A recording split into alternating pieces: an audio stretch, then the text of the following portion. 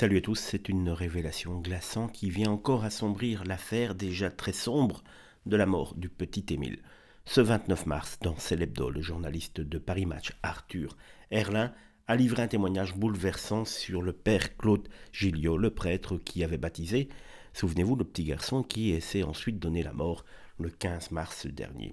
Un suicide qui, désormais, prend une tournure très troublante. Selon Arthur Herlin, le prêtre aurait confié dès les premières semaines de l'enquête ses soupçons à l'encontre de Philippe Vedovini, le grand-père d'Émile. Claude Gilliot lui aurait raconté avoir déjà vu Philippe se montrer violent envers ses enfants. Une fessée brutale aurait marqué l'esprit du prêtre, au point qu'il en parle à un paroissien. Une information qui, selon le journaliste, serait remontée jusqu'à Philippe Vedovini, provoquant chez lui une colère noire.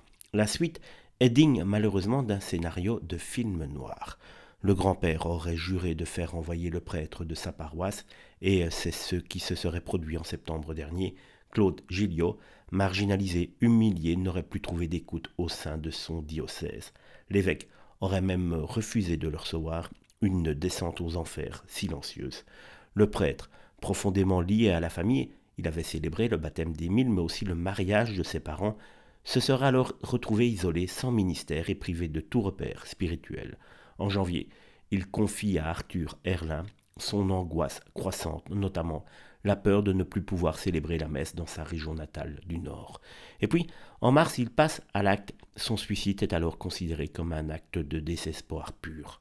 Mais aujourd'hui, avec la révélation de ces suspicions anciennes à l'encontre du grand-père, la mort du prêtre jette une ombre terrible sur le rôle potentiel de Philippe Vedovini, d'autant que ce dernier a été placé, souvenez-vous, la semaine passée, en garde à vue pour homicide volontaire et recel de cadavres, avant d'être relâché. Ce climat oppressant, fait de silence, de tensions familiales, de manipulations supposées et désormais de mort, fait inévitablement penser à une autre affaire, celle du petit Grégory.